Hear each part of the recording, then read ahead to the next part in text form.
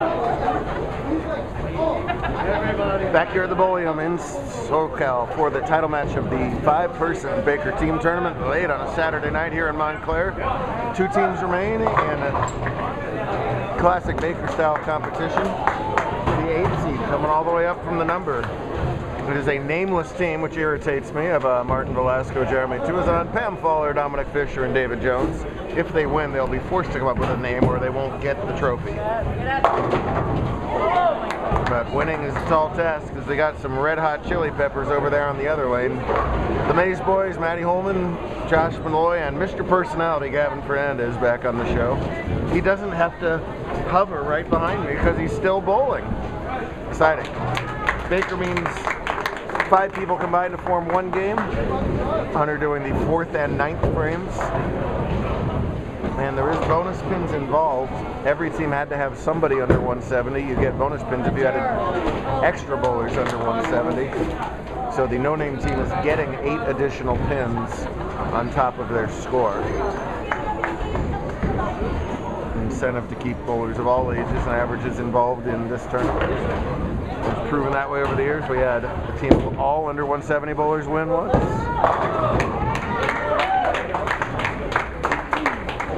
Sometimes the big guys win as well.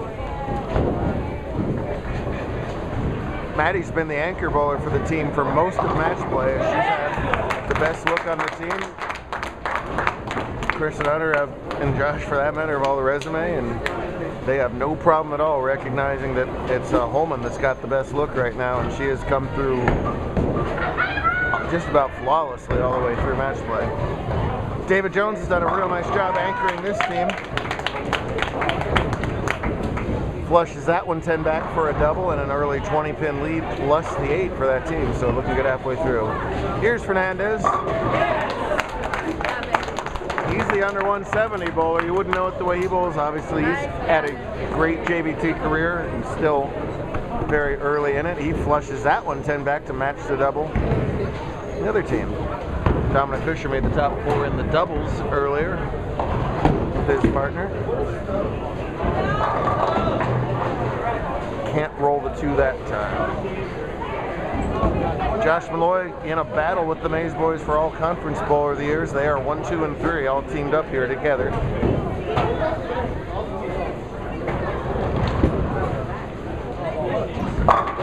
No!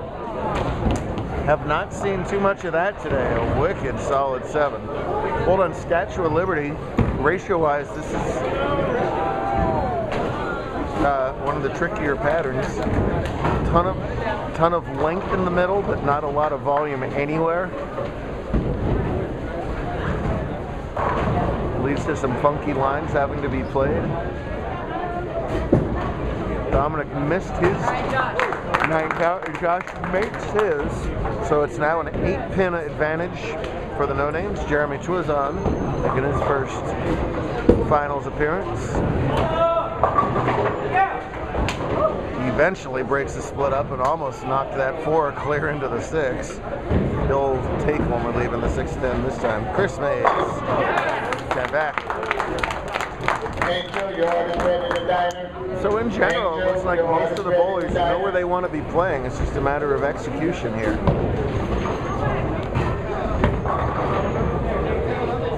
No problem with the spare for JT. And now awesome Pamela, as she was introduced to me earlier today, Pamela Fowler. In that large pool of talented ladies out here in the Southwest. Get it?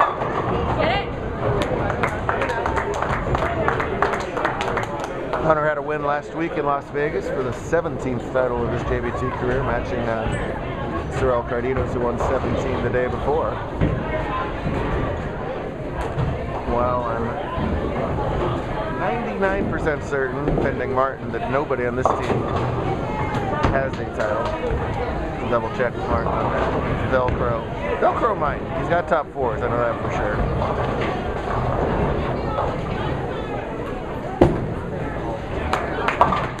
He's no problem at all in the 7-pin that time. Well, felt like he should have had 10, but it is not the should have format today.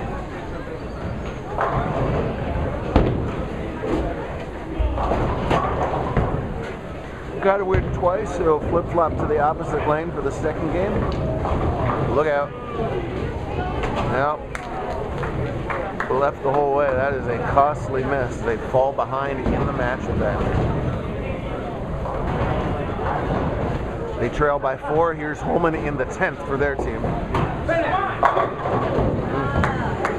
Real good looking shot. A solid 10 from Eddie.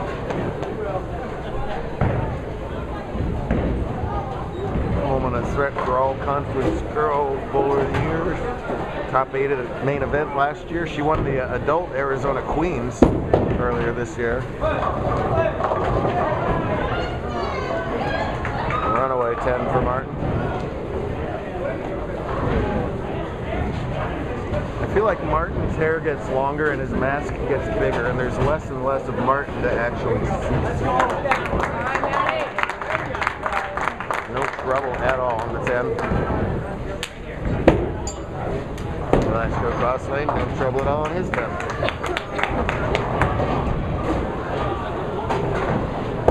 Martin, do you have a title with us? Do you have a win with us? One?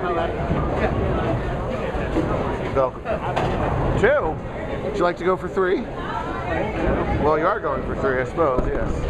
Alright, so Marty's got the only wins, and it's 2 of them. Pretty looking shot. That fill ball made Jones double to win this game. Here we go in the 10th. Left. Carries. Remember, they're getting 8 pins. 193 if he spares. Strike. They win game 1. No strike. The Chili Peppers not your win.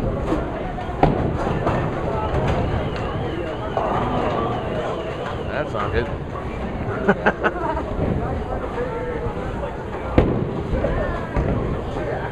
I don't know much about David, but impressive game. Big shoulders on the guy, and he stays real still with them. Allows him to be really clean off his hand at release. Must strike. Oh yeah. David Jones steals away game 1, and the 8th seed is now 1 win away from the title. Well, a well-bowled game. 2 Miss Makel's on the left, 1 on the right, and that was enough to make the difference.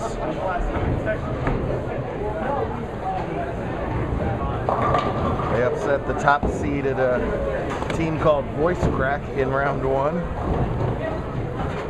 And they upseeded Oscar Chan's 4-seeded team in round 2. So they're up at the 8, the 4, and the 3 seeds. Perfect time for the 10 pin to stand there. They win game 1. Now move over. Have to win 1 more game to advance.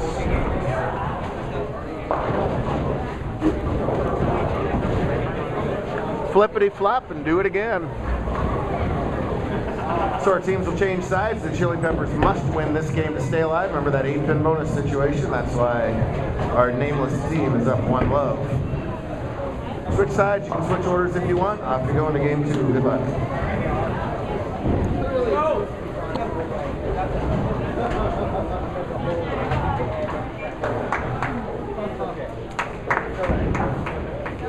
All right, like I said earlier, just about everybody looks to be fairly lined in. It's just a matter of who can throw the shots. Back to Fernandez. He'll be doing the 1st and the 6th. He'll take the Brooklyn strike. Gavin got by his brother Hayden, the other one under 170 Fernandez, in their semifinal match, beating the boys from Vegas, the 2 seeds. That was an upset there. Dom's going to do the 1st and 6th for his team, and they splat out the rack there for an opening strike.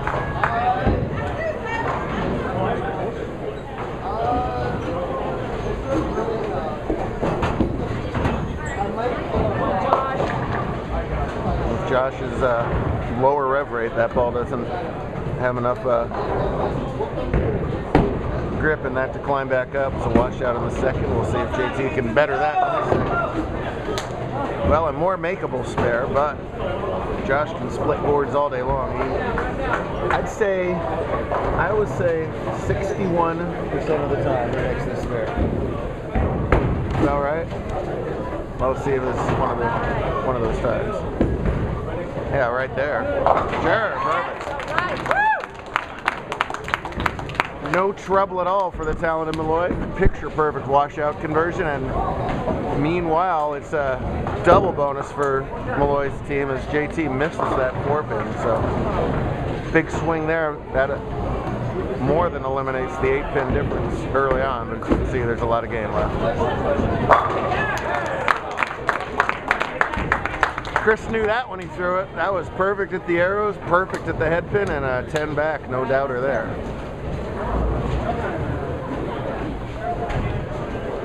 Either. Yes, sir. Yes, sir. I'm giving you all the right answers. Holler in her third here. Unable to find the head pin. Mays would love to consolidate his brother's strike with one of his own and extend their lead a little more. That's right. Yeah. We'll take the 4-7 there.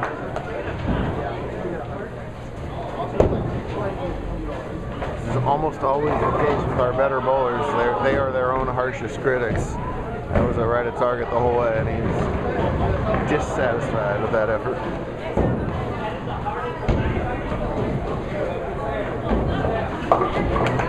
Collar covers up the middle cluster.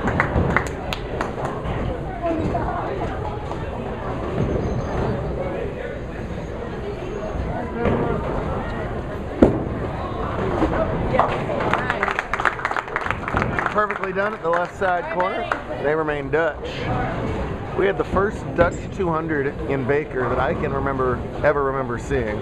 It must have happened in all the doubles tournaments we've had over the years, but the Dutch 200 out in Vegas last week. Last call for the diamond is closing. 200 might be enough this game. I feel like our no-namers have to sweep. I don't want, if I were them, I would not want to push this to a third game, even though they have that one game advantage in their pocket.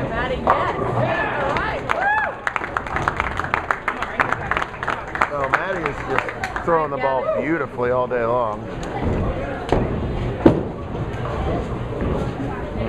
Right where she belongs at anchor seat. And oh, that pesky 610. This entire tour, who has been following us for the last 2 weeks, is sick of that 610. Causing more grief in title matches.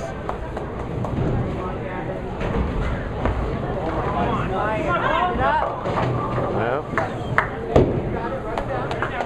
Gavin's pretty amped up right now, so we fired that one right through the break, but we saw the good washout conversion from Malloy. Oh. See if Gavin learned anything from Josh's spare. Meanwhile, David, the demoralizing Brooklyn. David got that Brooklyn, and I saw shoulders slump over on the other team. You can't worry about stuff like that. Breaks are going to happen. That's... Oh!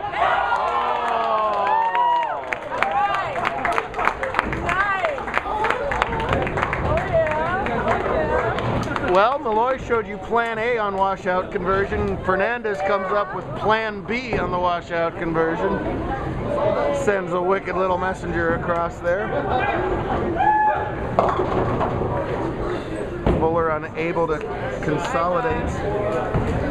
Fisher unable to consolidate Jones's Brooklyn with that nasty 310 to deal with. So they remain Dutch over there through 6. Those are Peppers. Yes. And they remain Dutch through 7. And like I said, 200 might be enough this time. So far it's looking that way. Tough 310, tough pattern to play at 310 on. Unable to do anything with that. And again, the lead grows before a Mays has to even throw a ball. Mark, your order's ready to dine. And that was taking advantage of the pattern. 48 feet in the middle. And even though that was a little left, there's a ton of length. And it was able to fall back to the pocket. Best shot in a while from Tuazon. Good to see. Keeping his team in the zip code. The Dutch is broken. It's now going for a Belgian 209.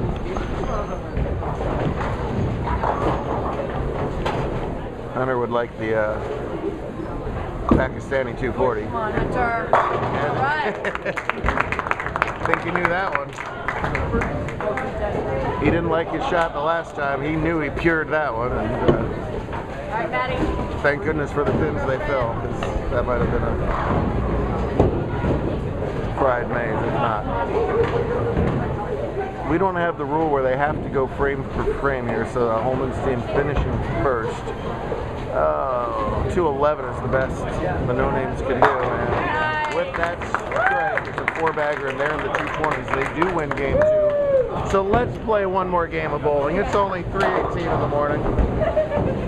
Not midnight yet. Not midnight. We fit the last time we bowled in here in SoCal. We finished before midnight. We're gonna do it again, by golly.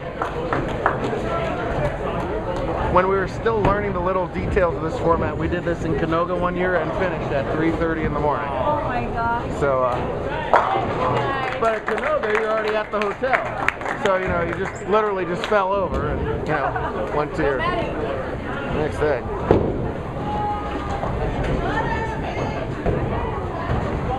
So usually when you're in a losing match play situation, you want to really focus on the shot, but in this case you don't need to, because you're never going to see lane 30 again. It's really more about just keeping the team's spirit together. All they've done with that big score is tie the match. 240.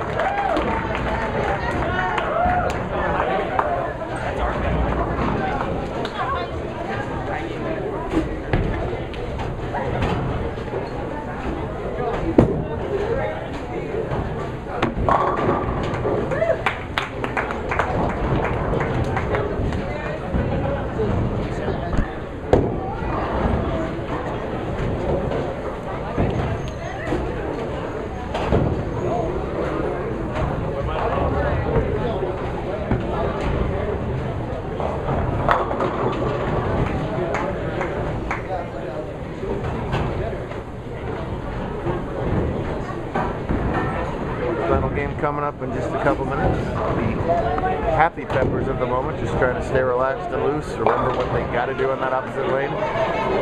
Hopefully they kind of took mental notes of what worked on 30 and vice versa for the other team.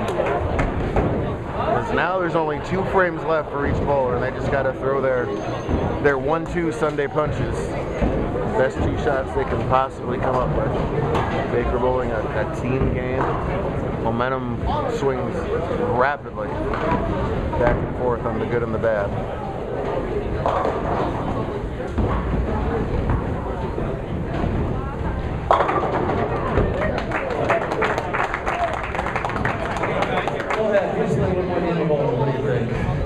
They're tied 1-1. This will decide matters. Let's lock and go. It is 11:37. You have 22 minutes. Go.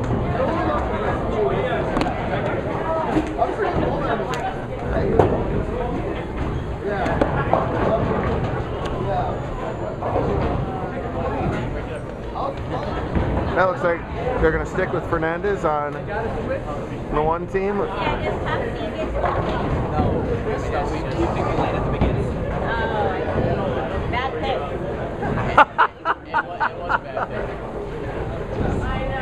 Thanks, Mom. Bad guess, really.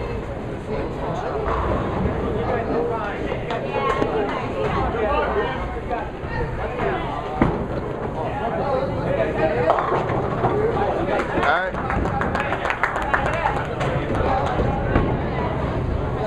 It's a combination of seeing what they learned the last time they're on this lane and executing the shots.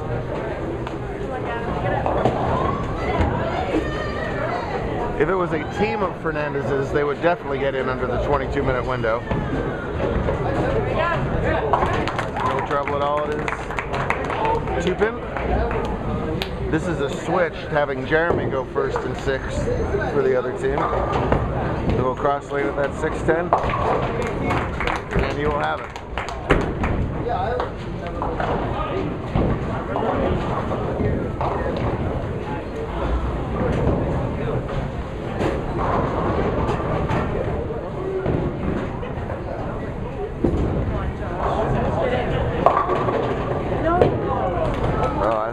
7 pin was going to fall out of that one. It does not.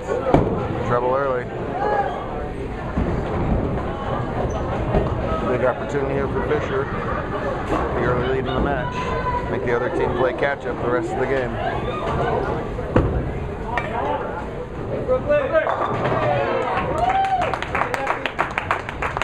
Right on camera, Hunter's shoulders. Slump a few degrees. Well, Josh, the sharpshooter. I'm not going to have this one. Oh, and another pin away as well. All right. Hold on, Chris. Fowler and Chris, the combatants here in the third.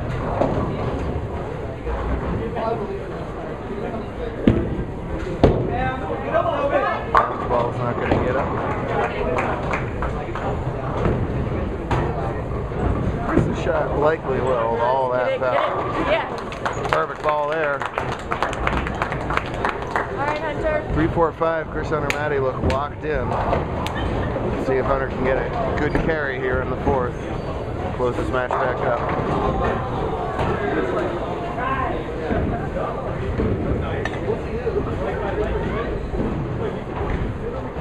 About as simple as the spare you can get when he missed the head pins from Patrick Shields.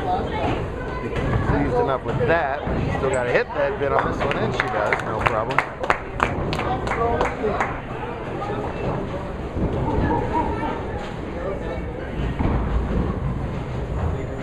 Strike working Hunter Mays, fourth frame title match. Baker's.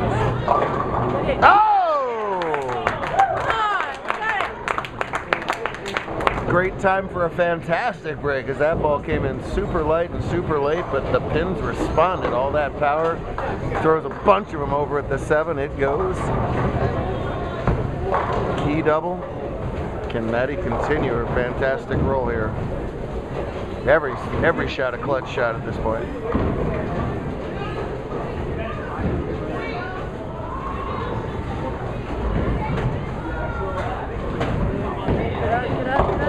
Uh-oh. Trouble. 2-8-10, probably an open. Big opportunity for Martin. Nope, unable to fully capitalize.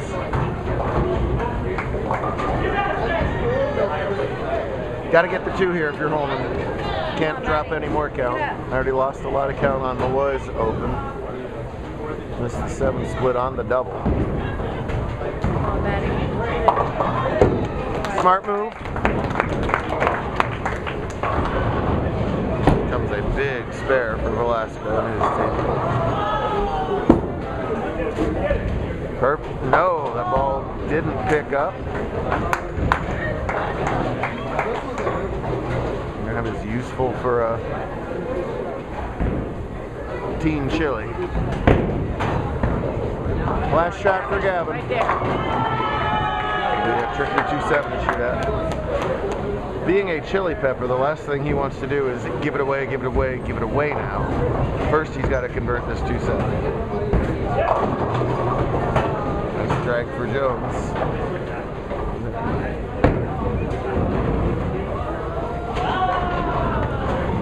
Uh-oh.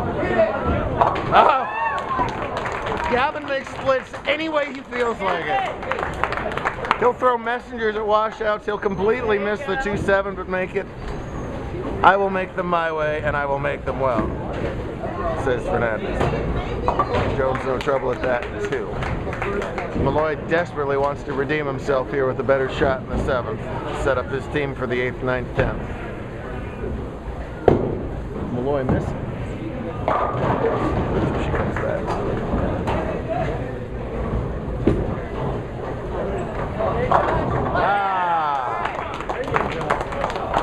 He shot that messenger so far that pin might be under the bridge now.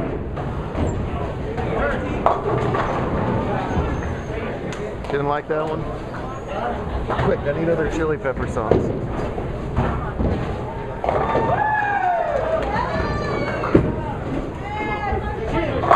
Oh, no, no, no.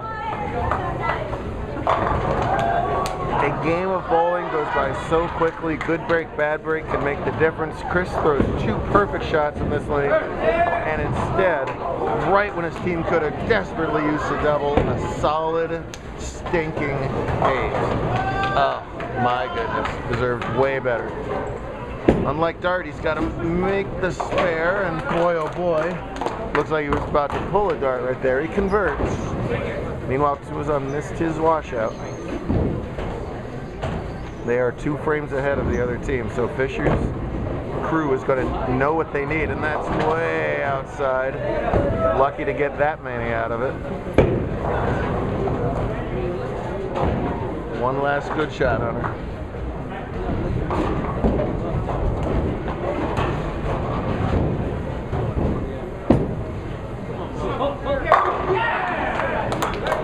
I don't know, it was time to give it the big reaction. Hunter was just thinking, how long will that ball slide? Wow, he's able to convert that spare. That's nicely done. He's got his hands on his hips like he's upset, but that was a big spare conversion right there. Maddie 2-8-10 last time. Gotta guess whether it was bad shot by you or the lane's changing. Make it right guess here. Oh. Such a good ball, flat 10.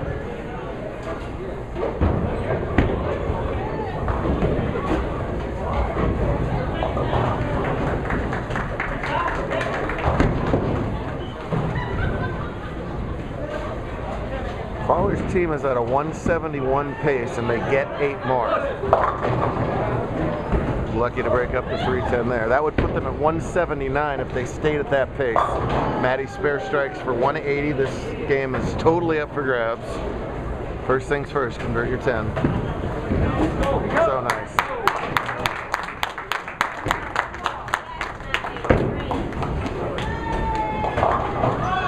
Impressive to say the least. You still really should fill 10 here, considering the count situation.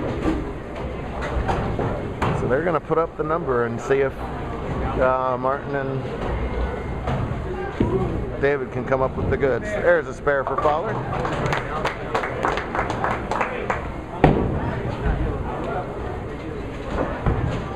Ten here really forces the pressure because they can't drop any count if that's the case. Oh dear, and that's a bad time for probably our worst shot in a couple hours. 177. They finish at the other team gets 8, so the other team needs 169 to tie and 170 to win. Right now they spare strike for exactly 170, which would be that 1-pin win. So they can't lose any more count. They must continue to mark. A double would win it if, as long as Velasco marks.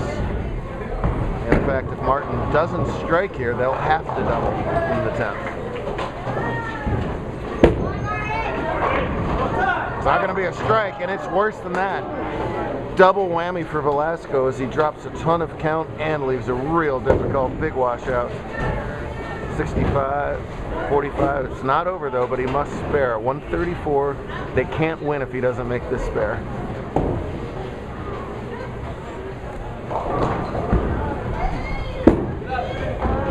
Hang on, nope. Hooks by. That 9th frame open is going to be too much for their team to overcome. And what became a grind out at the very end. Neither team, I think, wanted to be on the lane that they had to finish on.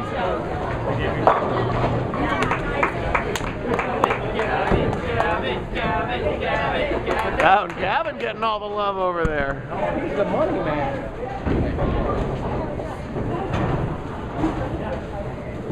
Look out for Gavin anchoring a Baker team near you at some point. Real well-bowled match, great sportsmanship on both sides there. Like to see that. It is not midnight. Oh, it is. Oh, we picked up all kinds of time. We can go donut before midnight here. Oh, fantastic. Solid player. I'm impressed with what I see out of David. I'm sure I should know him because he throws good.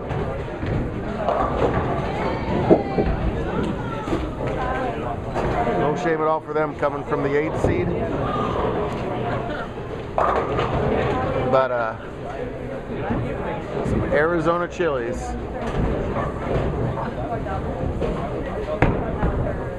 Have reached the higher ground. It's another chili pepper song. And he had that double. It is a good thing that they didn't give David the opportunity to get that double, because he did it once before. He may well have done that again too. Great stuff. And the JBT Boys and Bears wrapped up a great evening at competition. Thank you so much to Al and the team for having us on a Saturday night. Your runners-up were fantastic. Martin Velasco, Jeremy Tuazon, Pamela Fuller, Dominic Fisher, and David Jones.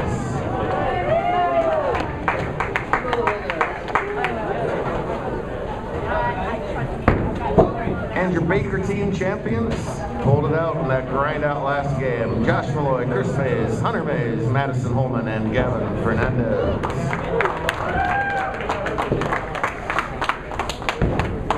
Thanks so much for sticking around and cheering them on. Be sure to check out that website, YouTube, and Facebook. 10 minutes, man. Leave, go to sleep, it's an order. Bowling Games at 10 a.m. tomorrow with the singles. Do not miss it. Chance, I'll meet you over by the back.